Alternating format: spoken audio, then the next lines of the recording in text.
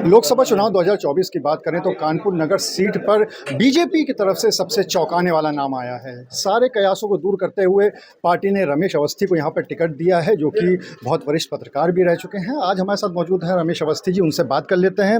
रमेश जी, सबसे पहले तो एक बहुत बड़ी चुनौती है, पहली बार आप लोकसभा चुनाव लड़ रहे हैं और एक कानपुर बहुत बड़ा औद्योगिक शहर है, राजनीतिक रूप से भी बहुत ज़्यादा महत्वपूर्ण है। इस चुनौती को कैसे पार करेंगे?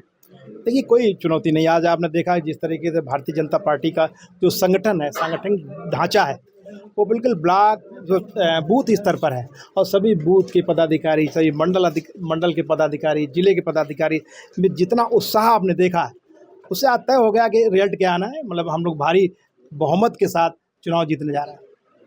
अगर हम बात करें कानपुर की और प्रदेश की, वैसे भी तो गठबंधन है। इस समय जो चुनौती है वो दो पार्टियों से एक साथ है। यहाँ पर भी कांग्रेस के प्रत्याशी उतारे हैं, गठबंधन का प्रत्याशी है। अभी तक वोट बैंक बढ़ जाया करता था, लेकिन अब कहीं ना कहीं एकजुटता उनके वोट बैंक में आएगी। उसको कैसे देखते हैं? देखिए अनुराग जी, आप पत्रकार हैं, आप जानते हैं कि गठबंधन की क्या स्थिति 2019 में हुई। इससे कम गठबंधन था। बसपा का और सपा का गठबंधन एक ज़माने में जब हुआ था, राम मंदिर आंदोलन के बाद, तो सरकार उन्होंने बना ली थी। आज उसके बाद जब गठबंधन 2019 में उन्होंने किया, उसका असर क्या हुआ? भारतीय जनता पार्टी ने प्रचंड बहुमत से जीत दर्ज की और माननीय प्रधानमंत्री मोदी जी दोबारा प्रधानमंत्री बने। तो मुझे ऐसा लगता है कि गठबंधन का कोई असर नहीं है। जनता ये जान चुकी है, ये ठगबंधन है। कि उसको पता है ना कि अभी आपने गठबंधन किया था पहले बसपा से, उसके बाद आपने जैसे चुनाव खत्म हुआ, गठबंधन खत्म। तो आप किसी को बेवकूफ़ नहीं समझ सकते। विशेषकर कानपुर की जो जनता है, प्रबुद्ध जनता है, पढ़े लिखे लोग हैं, वो सब जानते हैं कि आप गठबंधन आप आज कर रहे हैं, कल इसका हश्र क्या होने वाला। और जिस तरीके से अनुराग जी, जिस तरीके से प्रधानमंत्री की जो जनहित की योजनाएं हैं, वो घर घर तक गई हैं। न उसमें जाति है, न उसमें धर्म है। सभी प्रकार के लोगों की उस योजनाओं से उनको लाभ पहुंचा है। तो सब लोग मोदी जी के नाम वोट देने के लिए तैयार बैठे हैं। वो इंतजार कर रहे हैं कि कब वो चुनाव की डेट आए या चुनाव मतदान की तिथि आए और हम वोट करें। इतना उत्साह है मोदी जी के लिए। पूरा चुनाव प्रधानमंत्री मोदी जी के नाम से लड़ा जा रहा है। मैं भी उन्हीं के एक प्रतिनिधि के रूप में यहाँ आया हूँ। उनकी योजनाएं, उनके जो विकास कार्य, उनके जन जन तक पहुँचाने का मेरा कार्य है। बाकी प्रधानमंत्री जी के नाम पर चुनाव लड़ा जा रहा है, प्रदेश में माननीय मुख्यमंत्री जी के चुनाव लड़ा रहा है। तो सब जनता जानती है कि किस तरह से डबल इंजन की सरकार जब से प्रदेश में आई है, किस तरीके से प्रदेश का विकास हुआ है, किस तरीके जिले स्तर पर विकास हुआ है, किस तरह के अपराध खत्म हुए हैं, किस तरीके से भ्रष्टाचार खत्म हुए हैं, भ्रष्टाचारी और अपराधी कितने डरे हुए हैं। समाज में किस तरीके से एक माहौल है, सौहार्द का माहौल, लोग निश्चिंत रूप से घूम रहे हैं, अपनी बात कर रहे हैं, रोजगार कर रहे हैं, समस्या कोई नहीं है। नीचे स्तर तक जो हमारा गरीब वर्ग है वो प्रसन्न है। तो ये जो आप देख रहे हैं कि दो चार लोग जो अपना पार्टी बना के कहते हैं कि गठबंधन का बड़ा, आप नीचे स्तर पर जाके देखिए, लोगों से बात करिए। आप धर्म की जब बात करते हो, जिस चीज़ की आप बात कर रहे हैं, जिस चीज़ की आप और इशारा कर रहे हैं, उस वर्ग को कितना लाभ पहुंचा है प्रधानमंत्री जी के। आप उनसे उनके महिलाओं के इंटरव्यू लीजिए, नीचे तबके का इंटरव्यू लीजिए, वो बताएंगे खुल के। आज मेरे पास सैकड़ों फ़ोन आ रहे हैं, उसी वर्ग जिसकी आप बात कर रहे हैं, सैकड़ों फोन आ रहे हैं कि अवस्थी जी आज आप आइए, हम आपको भ्रमण कराएंगे, हम इस बार खुला वोट डालेंगे, ताकि ये भ्रम की स्थिति खत्म हो जाए कि हमारा वर्ग किस गठबंधन को वोट दे रहा है। हमारा वर्ग अब बेवकूफ़ नहीं रह गया। हमें अगर प्रधानमंत्री जी की तरफ से योजनाओं का लाभ मिल रहा है तो मैं जीवन यापन कर रहा है। एक ऐसा वर्ग में, हर वर्ग में एक 10% लोग होते हैं जो मठाधीश होते हैं। अब मठाधीशों की राजनीति इस भारतीय जनता पार्टी की राजनीति में ख़त्म हो चुकी है। अब नीचे की राजनीति चालू हो गई है। उस नीचे तक जाएंगे, उनके लिए जो काम करेगा वही राज करेगा। और उनके लिए काम करने वाला इस समय देश में एक ही व्यक्ति है, वो है प्रधानमंत्री नरेंद्र मोदी जी, जो जनहित में गरीबों के लिए सभी योजना लेके बृहद स्तर पर काम कर रहे हैं। एक ब्लूप्रिंट के साथ काम कर रहे हैं, एक विकसित भारत की योजना पे काम कर रहे हैं और उसका रिजल्ट आप देख रहे हैं। आप क्लीन स्वीप, इस बार जो 400 का नारा आप देखिए, लोग विश्वास करते थे कि अभी भारतीय जनता पार्टी 300 के पार नहीं हो सकती। कोई विश्वास कर सकता है कि भारतीय जनता पार्टी दोबारा सरकार नहीं बनती, गठबंधन बन गया। उत्तर प्रदेश में ये 25 सीटों पे समट जाएंगे भारतीय जनता पार्टी, क्योंकि हवाला देते थे कि जिस तरह से राम मंदिर का आंदोलन हुआ, जब राम मंदिर आंदोलन में मस्जिद गिरी, उसके बाद गठबंधन हुआ और भारतीय जनता पार्टी नहीं आ गई। अब वो भारतीय जनता पार्टी नहीं रही जो 90 के दशक थी। अब भारतीय जनता पार्टी का स्वरूप चेंज हो चुका है। भारतीय जनता पार्टी नीचे स्तर तक अपने कार्यकर्ताओं के बल पे अगर आप ये माने कि संगठन आज हमारी जो सफलता का सबसे बड़ा राज है कि सरकार से बड़ा संगठन है। हमारा संगठन का कार्यकर्ता सरकार से बड़ा है। अगर संगठन का कार्यकर्ता वो संगठन का कार्यकर्ता इतना उत्साहित है, उसकी जो जिस तरीके से प्लानिंग भारतीय जनता पार्टी ने संगठन की है, बूथ स्तर, पन्ना प्रमुख, मंडल अध्यक्ष, आप बताएं, आप तो देखते रहते हैं कौन सी पार्टी ने इस स्तर की बूथ लेवल या इस तरीके की प्लानिंग उनकी है। उनके नाम है सर, वो नाम दे देते हैं। हमारे यहाँ ग्राउंड रूप होता है। हम जिस समय चुनाव जीतते हैं, हम जिस समय सरकार बनाते हैं, उसके दूसरे दिन तो दूसरे चुनाव की तैयारी करने लगते हैं। ये लोग क्या करते हैं, 6 महीने पहले तैयारी करते हैं। 6 महीने पहले इनका गठबंधन, और जहाँ तक गठबंधन की बात कर रहे हैं, आप तो देख रहे हैं पूरे देश में गठबंधन की क्या स्थिति हुई, क्या स्थिति हुई बिहार में, क्या स्थिति अन्य राज्यों में। जो लोग गठबंधन को छोड़ जानते हैं कि अब सिर्फ देश में एक विकल्प है, वो है भारतीय जनता पार्टी। एक विकल्प है, सिर्फ प्रधानमंत्री नरेंद्र मोदी जी के साथ रहिए, विकास की राजनीति करिए, देश की राजनीति करिए, राष्ट्र की राजनीति करिए, तभी हमारा कल्याण है। इसलिए तमाम नेता भारतीय जनता पार्टी में शामिल हो रहे हैं। चाहे मुंबई में, महाराष्ट्र में देख लीजिए आप, बिल्कुल विपक्षी दलों का सुपड़ा साफ हो रहा है। आप बिहार में देख लीजिए, देश के अन्य राज्यों में भी देख लीजिएगा, अरे उत्तर प्रदेश में देखिए, और कुछ नहीं तो आप एक उदाहरण आपका कानपुर का ले लीजिए। कानपुर का जो एक कांग्रेस का सबसे बड़ा स्तंभ था, आज भारतीय जनता पार्टी में शामिल हो गया। अब रह गया क्या कानपुर में? कांग्रेस का क्या रह गया? आप ये मानते हैं कि नहीं कि वो व्यक्ति कांग्रेस का एक सशक्त कैंडिडेट था, एक उसका अपना व्यक्तिगत वोट बैंक था, उसके दल में कांग्रेस खड़ी हुई थी, वो भारतीय जनता पार्टी में आ गया। अब कांग्रेस का बचा क्या? कांग्रेस यहाँ पे अपने अस्तित्व की लड़ाई लड़ रही है, और सिर्फ कुछ नहीं, गठबंधन का कोई असर नहीं। गठबंधन के तमाम, आप जल्दी देखेंगे, गठबंधन जिसकी आप बात करते हैं, तमाम ऐसे पदाधिकारी, तमाम लोग भारतीय जनता पार्टी बहुत जल्दी शामिल होंगे। और इस बार भारतीय जनता पार्टी का जो कैंडिडेट है, चाहे मैं आज कैंडिडेट हूँ, रिकॉर्ड मतों से, अब जीत हार की बात खत्म हो गई। आज आपने अगर स्टेशन पर आप होंगे तो आपने देखा एक होता है कि आप कोई पदाधिकारी निर्देश देता है तो हम वहाँ जाते हैं।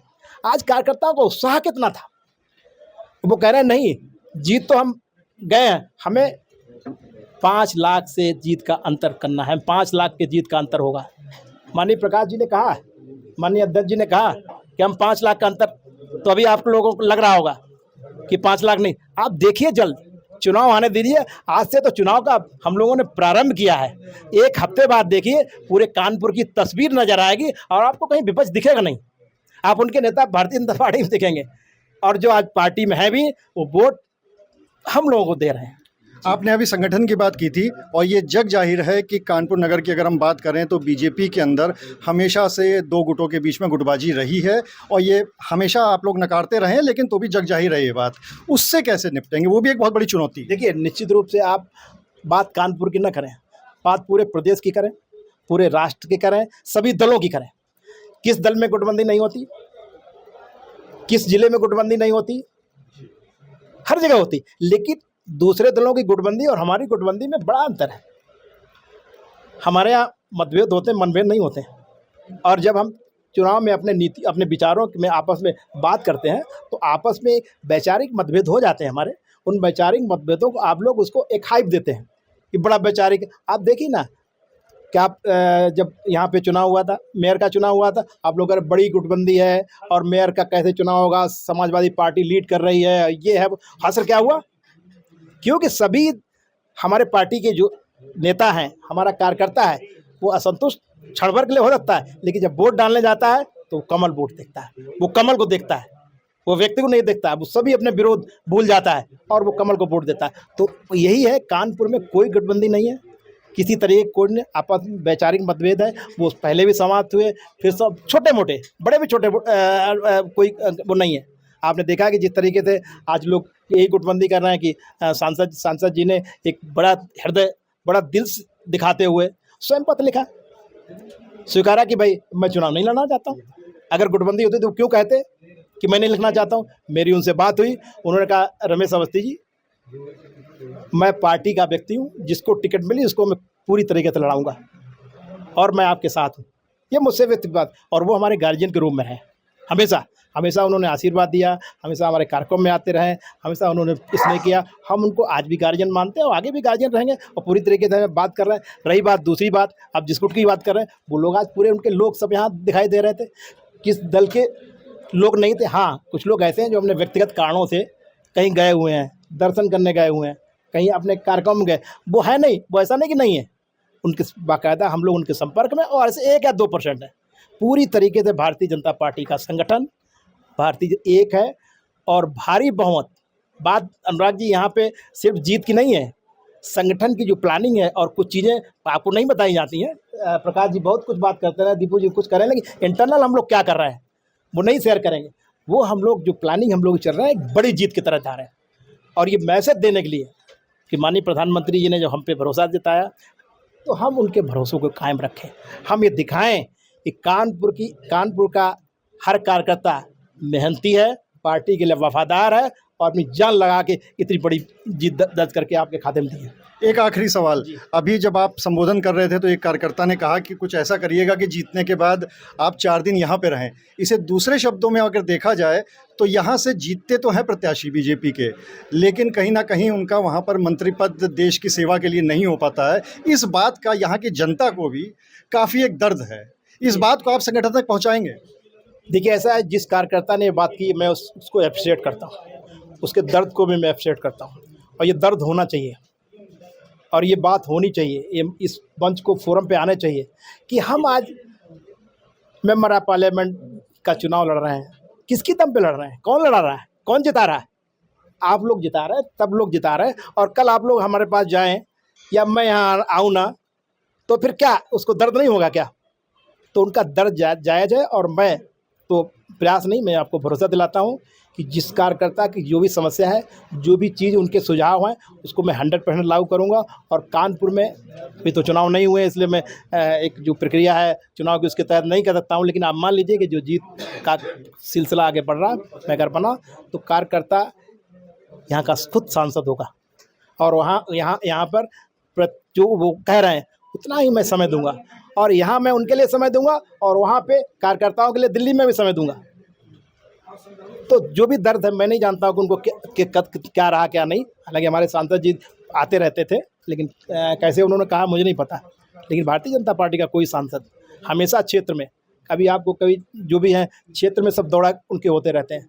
वहाँ पर जो मॉनिटरिंग सेल बना हुआ कि आप कितनी दिन क्षेत्र में जाते हैं, वहाँ पर संसद में कितनी देर जाते हैं, तो भारतीय जनता पार्टी एक सिस्टम के तहत काम करती है, किसी व्यक्ति के विशेष नहीं काम करती, मनमानी नहीं होती। यहाँ एक सिस्टम बना हुआ है पार्टी में, संगठन सिस्टम बना, उनका तय है कि क्षेत्र में आपको इतने देर रहना, तो रहते हैं, सब लोग रहते हैं। यही कारण तो है कि आज स्वीप हम लोग करते हैं। आज जो उत्तर प्रदेश का जो राजनीतिक ढांचा था, लोग जाति धर्म की राजनीति करते थे, उसके बाद कितना क्या हसर होता है। यही है कि भारतीय जनता पार्टी का हर लोकसभा सदस्य, विधानसभा सदस्य अपनी जिम्मेदारी समझता है, और जो जनता की मांग होती है, जो जनता उस पर पूरी तरीके से उतरने का काम करता है। तो कहीं कोई समस्या नहीं, चुनाव होगा, जो भी अगर सांसद बनता हूँ तो निश्चित रूप से कानपुर में पूरा ध्यान दूंगा, कानपुर में आऊँगा, कानपुर का विकास कराऊंगा। और मैंने कहा कि प्रधानमंत्री मोदी जी का एक सपना है विकसित भारत, उसी सपने को आगे बढ़ाते हुए विकसित कानपुर का हमने नारा दिया है, ताकि और उसके लिए मैं एक टोल फ्री नंबर जारी कर रहा हूँ कि कानपुर में क्या समस्याएं हैं, कानपुर में उद्योग हैं, कानपुर की समस्याएं हैं, क्या विकास हो सकता है। लोग अपने सुझाव देंगे, और उन सुझावों के आधार पर कानपुर का विकास होगा। हमारे हिसाब से नहीं विकास होगा कि मैंने एक ब्रिज बनवा दिया, मैंने एक शेड बनवा दिया और मैंने उसको विकास के फर में दिखा दिया।